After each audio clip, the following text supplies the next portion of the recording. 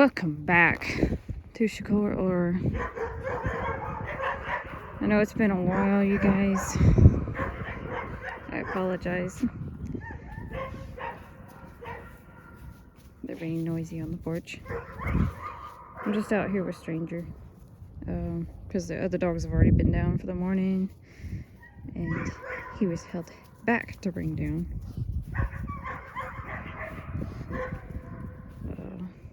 Reason for that was because we have females in heat right now, so we're just being careful, that's all.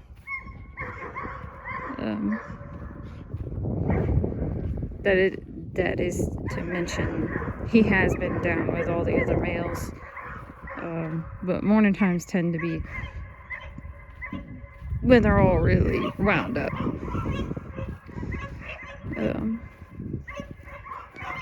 Main reason we haven't, or I haven't made another video in a while, you'll just have to ignore them on the porch because they're upset that I'm down here and they're not. That's as simple as that.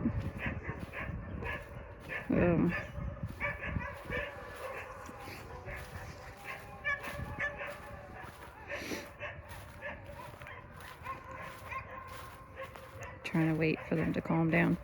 Hey!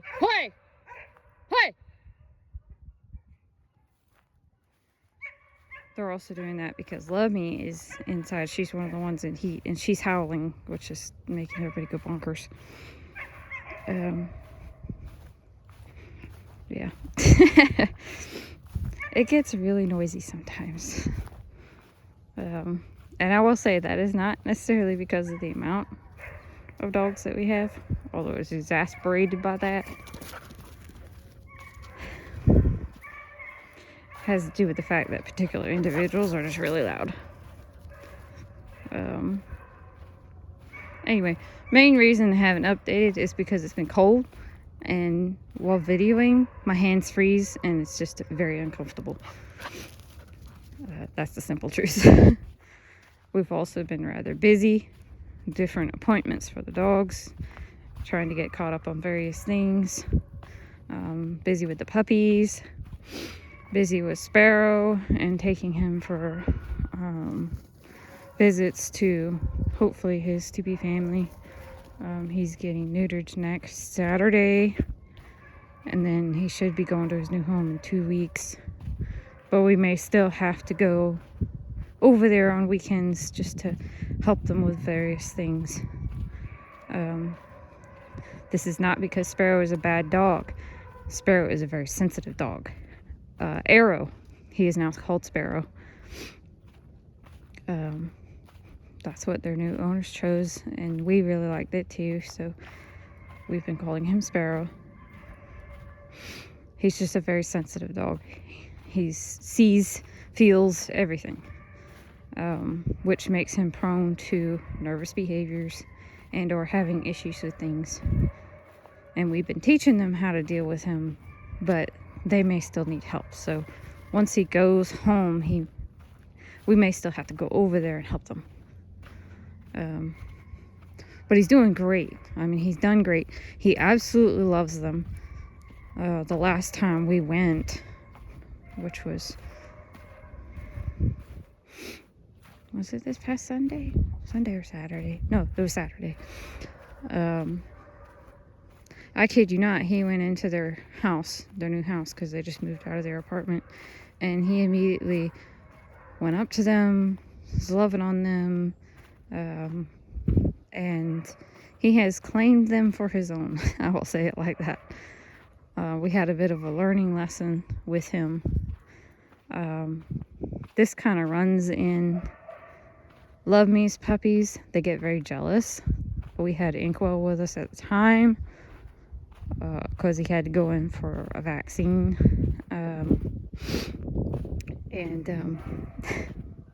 Sparrow does not like Inkwell, so that exasperated it, but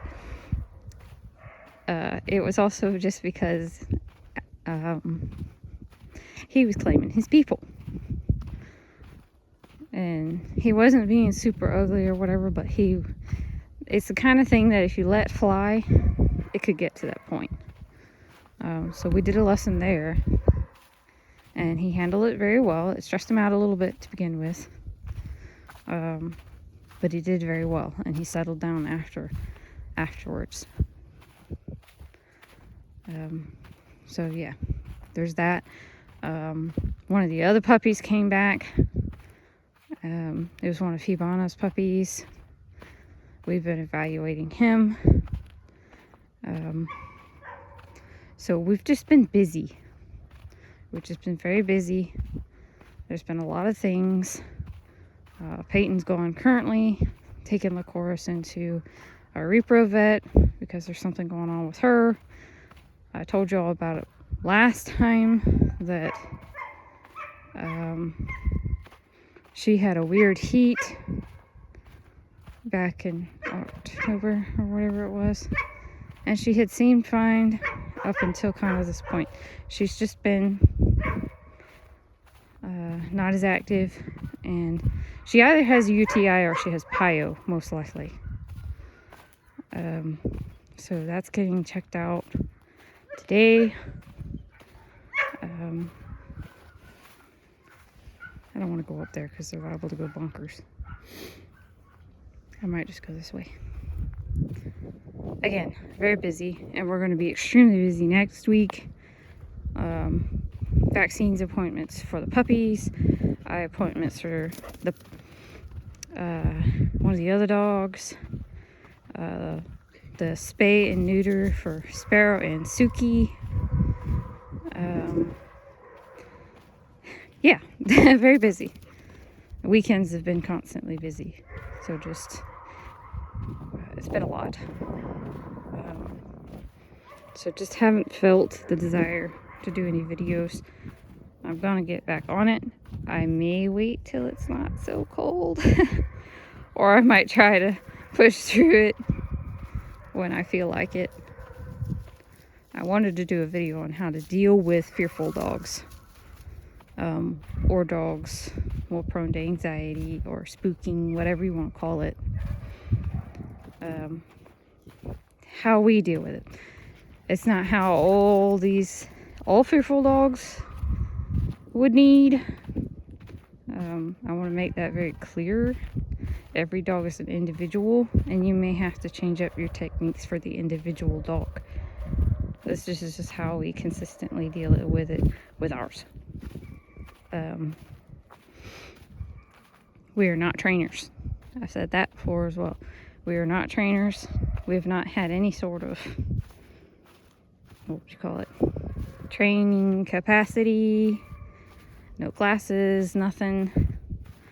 The only thing we have ever learned from, we used to watch Cesar Millan a lot growing up, and then from there it's been experience, being around dogs, seeing what works, what doesn't work, how to communicate with them.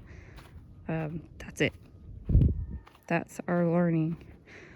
That's as extensive as it goes. And I think I said it before, but I'm not positive. We're not so much into training our dogs' commands as we are training them behaviorally.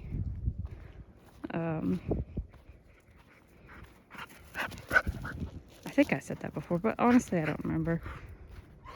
It doesn't mean we couldn't if we chose to take time to train our dogs for commands. Some of them are extremely smart.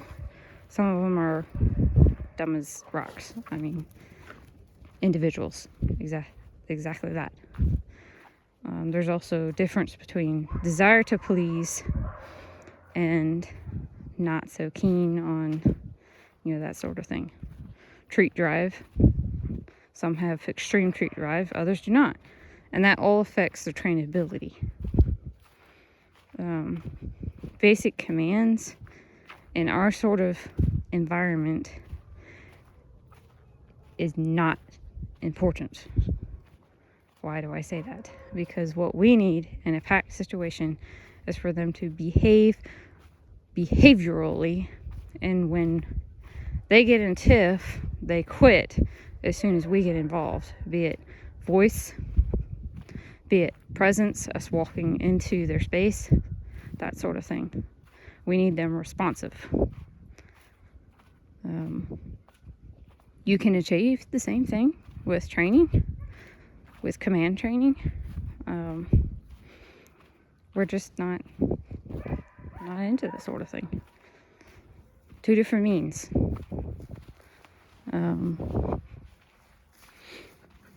Stranger is one of those that he does great when learning commands. He learns them very quickly. He loves to do them. But by golly, when it comes to behavioral stuff, he doesn't want to listen. That's the fact. He doesn't want to listen. So on one hand, he's great, and on the other, not. We prefer our dogs to listen behaviorally. We don't really care if they listen command-wise.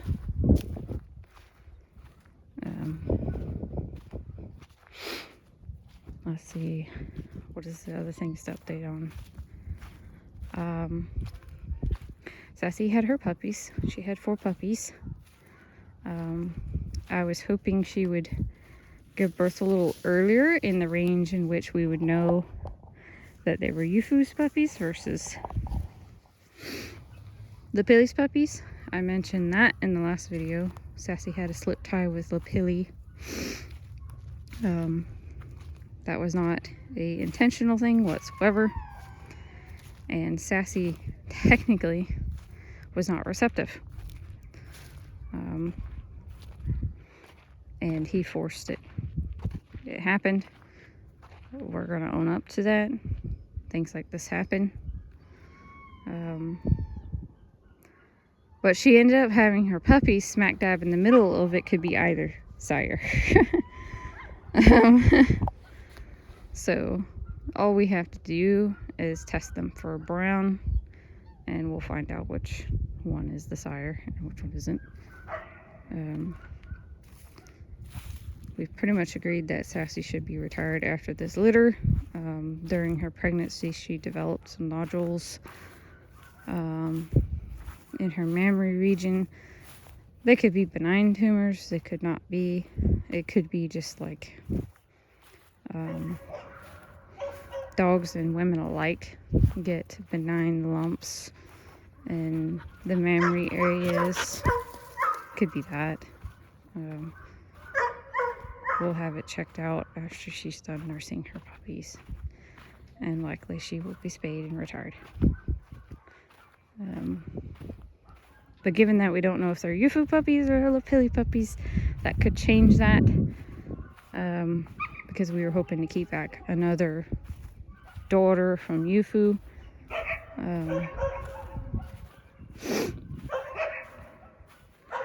But that depends on the lumps. And what our repro vet thinks in regards to that. So yeah, Starlight's been good. Now we just have Liqueurs. Don't know what's going on there, but we'll see.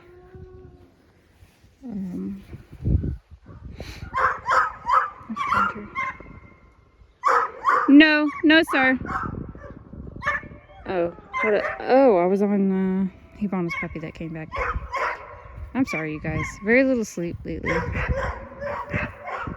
due to various things. Hibana's puppy that came back. Supposedly it was due to heavy chewing. Hoi! Quit that! Quit! See, Kazahana's barking inside and Lovey's howling. That's what's causing the problem. Normally we'd have some of them out down here, but because I'm down here with Stranger, just him for right now. They're off on the porch. We can only let certain ones down right now until the fence is secured. That gate specifically, we've been trying to figure out how to secure the gate. Because there's a huge gap at the bottom that any of the dogs, really, no matter their size, could slip under. So Hibana's puppy that came back to us,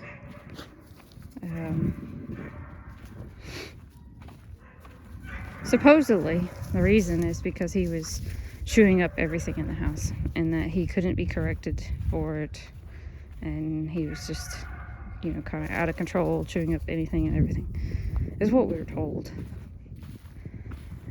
Stranger! No, sir!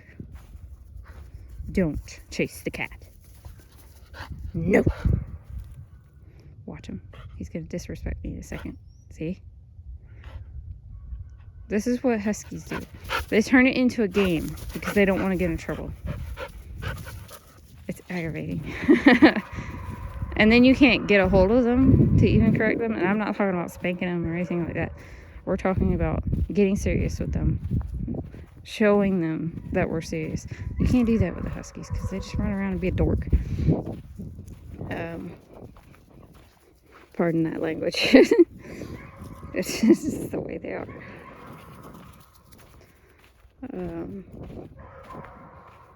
We don't know. We don't know why. This is what we were told.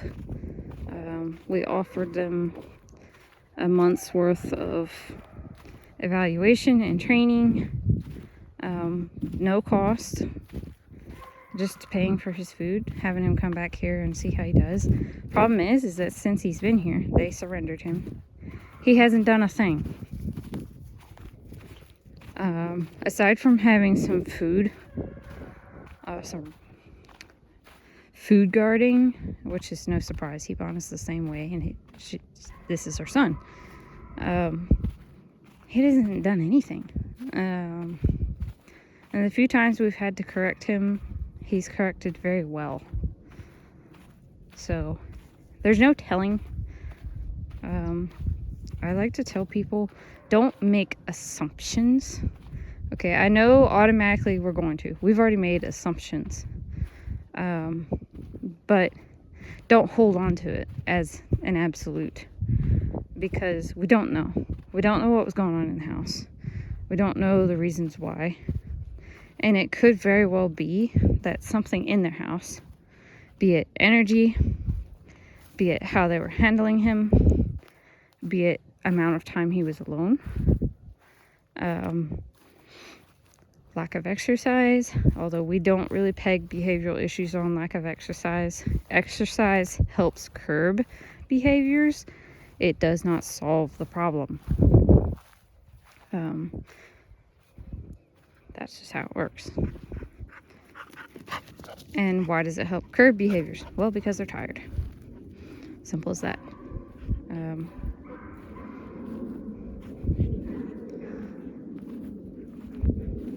Anyway, we don't know. We know what we were told, and we've been looking out for the things that we were told, and none of it's been there as of yet. And he hasn't seemed like he's been going through a grieving process. He seemed pretty normal from day one. He's playing with all the dogs. He hasn't had any anxiety in the sense of like whining, I've been separated from my family sort of thing. None of that. He's just been like cool with everything from the get-go. We've tried crating him, see how he does crated. Left for several hours. He's been perfectly fine. He's been out in the house at night for almost a week now. Perfectly fine. He hasn't done anything except for I think he pooped on the floor once, but that kind of stuff kind of happens until they're 1.5, 2 years old. I don't want to say you can't potty train them even younger than that, but there are some that it takes a little longer for them to be able to hold it for so long. And some of them require like literally to go to the bathroom right before bed. And we go to bed at 9 o'clock. So for some of them, that's not late enough for them to get that last pee and poo out. So it happens. Messes happen. It doesn't bother us. Unless they seem like they're doing it intentionally, which I will say there are some that do that. We've had some of the Poms that intentionally, you'll let them out and they won't go to the bathroom until they come back in. There are dogs that do that. They do it intentionally. So, I don't know. His name is Rooster. That's what they named him. I think it's a funny name because now we have Rooster, Sparrow, and Pigeon. And Rooster very soon, honestly, because how long are we supposed to wait before looking for a new home for him? We'll be looking for a new home very soon because we just haven't been having issues with him. He plays with everyone really well. He just is, happy and energetic, and I don't know. Nothing wrong with him. He's definitely his mom's son. I mean, that much we see. And as y'all know, if y'all been around since the beginning, Hibana has some temperamental issues. But she's not a dog that we care for, but we see where she'd be very valuable in a different kind of family, a different kind of capacity. And Rooster is a lot like her, but not as extreme, not as bad, which is typically what happens when you choose to breed a female that has temperamental issues. What you would expect, assuming you're pairing her with a male that doesn't have the same problems, is that most of the puppies, not all, are going to be a little less worse than the mom. Now, there are always crop outs. That's what we call them, is crop outs, where you'll have a puppy that'll be an extreme in either direction. So that can be a good and a bad thing. You can have one that will crop out extremely good compared to the mom, and then you'll have others that crop out that are worse. We can't control that. That's genetics. It's just how it goes. And in the collies, because of how valuable bloodlines are, those sorts of things are worth the risk on a bloodline standpoint. But when it comes to trying to then find homes for those said more difficult puppies, I will readily admit it's hard, because you're looking for a specific kind of person, and you would not believe how many people think they have the capacity to handle it when they don't. And that could very well be what happened with Rooster. Don't know. We told her from the beginning that he had the high possibility of being a heavy chewer. He was higher energy. We had told her that. But we haven't experienced the same thing as of yet. So we don't know.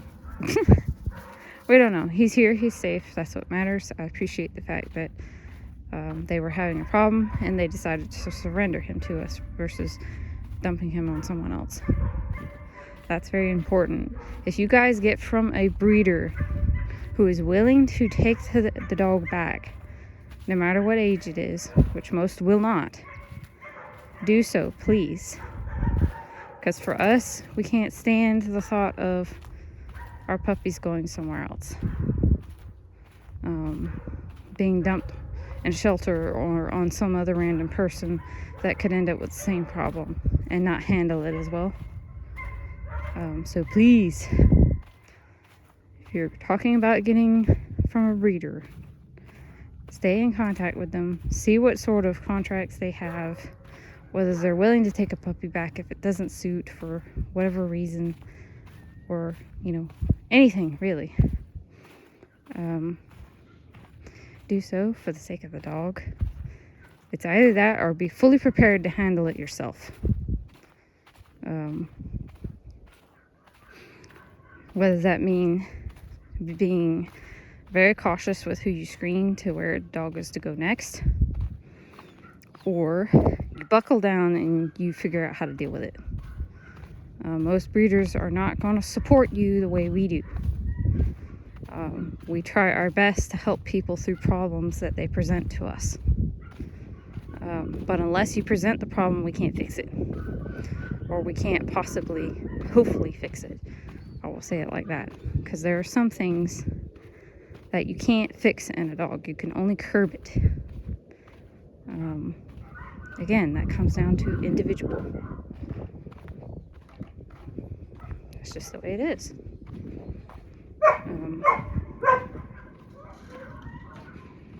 We are here to support you guys. We are here to support anyone who gets a puppy from us in the best of our capacity. But if you do not have the ability to do the same, the ability to do as we ask, oi, or try things, hey, Pedal, hush. The best thing that you can do for us is to surrender them. Give them back.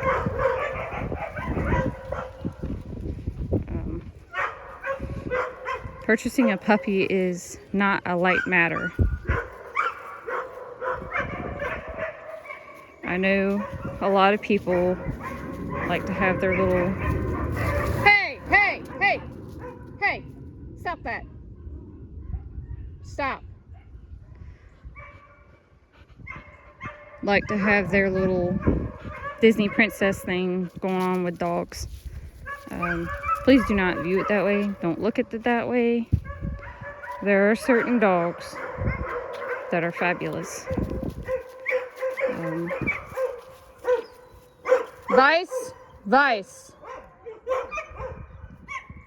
Stop. I'm not going anywhere. They think I'm going out of the yard. I'm not. Heart dog, soul dog, once in a lifetime dog. Yeah, that happens, but it happens rarely compared to the ones that are just gonna push your buttons. You should really view it no different as deciding to have a child. And if that's not for you, please do not purchase a puppy.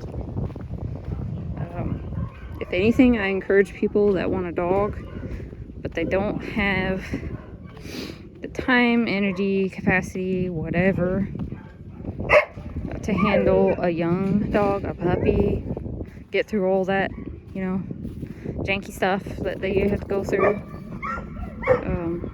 Purchase an older dog, and by that I mean like 6+.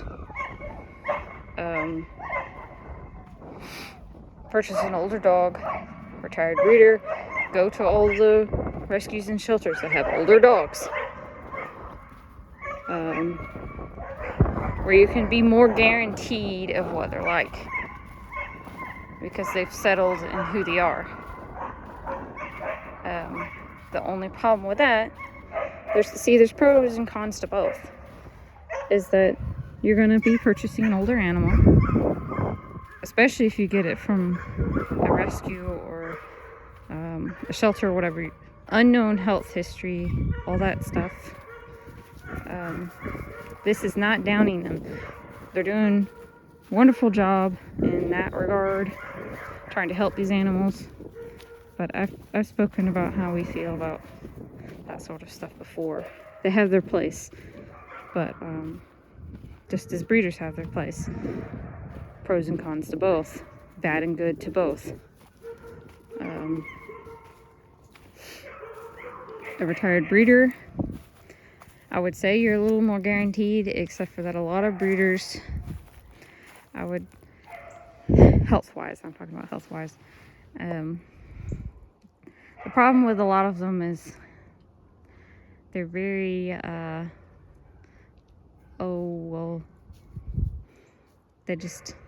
they don't see issues in their animals a lot of times.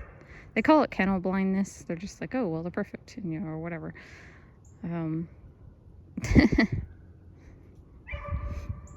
That's not how it is. If someone says their dog is perfect, I raise an eyebrow, because I feel like a lot of times that means they're not paying attention to the issues that they have. Now, this is me also saying we're very critical on our dogs and the way they are and their flaws, so we point them out. But does that mean, okay, so Stranger, for instance, he's a horrible husky? No. Actually, on the contrary, I would say he is one of the best ones I know. But does he have flaws? Absolutely. In his context, his flaws is directly related to being a breeding male. Would he change if he was neutered? Good question. Most male dogs, when neutered, do not change. But there are some that do. Or it lessens the desire for being antagonistic. It's like Inkwell, for instance. He's been great since he's been neutered. That is not typical response to being neutered or spayed. Obi, she's been spayed. She hasn't changed one bit. Not at all. She's exactly the same as she has always been. The only difference is she holds weight better now. So do not think that fixing an animal is the solution to their behavioral problems, because it is not. For some, it really, really works. For the vast majority, it doesn't change a whole lot.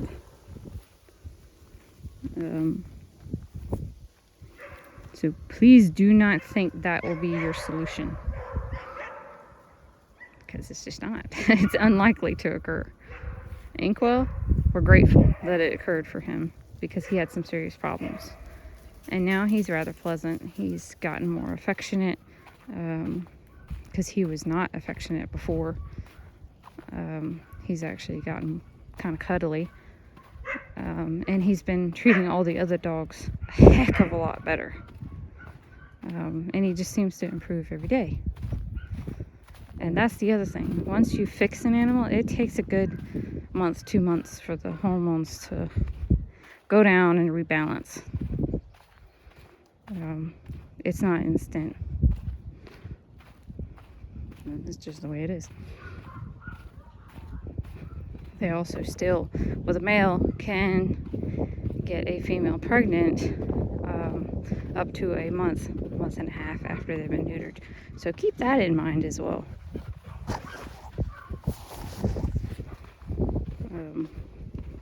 Has happened. I'm gonna go back inside now. I'm done. I'm done ranting. My hands are cold. Waiting for Peyton to get back. And find out what's going on with Lacoros. Sassy and the puppies are doing really well. The other puppies are doing really well. Haven't had a whole lot of interest, but a few of them have homes.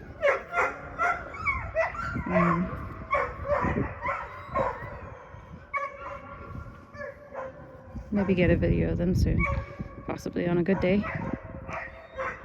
And I'll be back to talk to you guys later. And bye-bye.